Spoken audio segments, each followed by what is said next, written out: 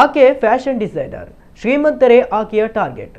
Facebook ಮೂಲಕ ಪರಿಚಯ ಮಾಡಿಕೊಂಡು ಲಾಡ್ಜ್ಗೆ ಕರೆಸಿಕೊಂಡು ಅವರ ಹಣ, ಚಿನ್ನ, ಅಮೂಲ್ಯ ವಸ್ತುಗಳಿಗೆ ಕನ್ನ ಹಾಕ್ತಿದ್ಲು. ಇದೀಗ ಈ ಖತರ್ನಾಕ್ ಲೇಡಿ ಬೆಳಗಾವಿ ಪೊಲೀಸರ ಬಲೆಗೆ ಬಿದ್ದಿದ್ದಾಳೆ.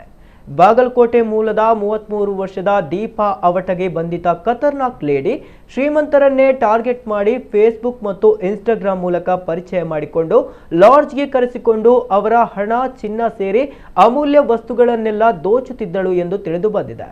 ಮೋಸ ಹೋಗಿದ್ದ ವ್ಯಕ್ತಿಯೊಬ್ಬ ಪೊಲೀಸ್ ಠಾಣೆಗೆ ದೂರು ನೀಡಿದ್ದು, ಪೊಲೀಸರು ತನಿಖೆ ನಡೆಸಿ ಆಕೆಯನ್ನ ಬಂಧಿಸಿದ್ದಾರೆ.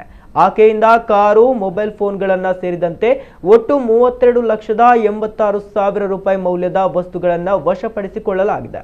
ಇನ್ನು ಆಕೆಯ ಆಪ್ತ ಸ್ನೇಹಿತ ಶಿವಾನಂದ ಮಠಪತಿ ಆಕೆಯ ದುಷ್ಕೃತ್ಯಕ್ಕೆ ಸಹಾಯ ಮಾಡ್ತಾ ಇದ್ದ ಎಂದು ತಿಳಿದು ಬಂದಿದೆ. ಸದ್ಯಕ್ಕೆ ಈತ ಪರಾರಿಯಾಗಿದ್ದು, ಪೊಲೀಸರು ಆತನಿಗಾಗಿ ಬಲೆ ಬೀಸಿದ್ದಾರೆ.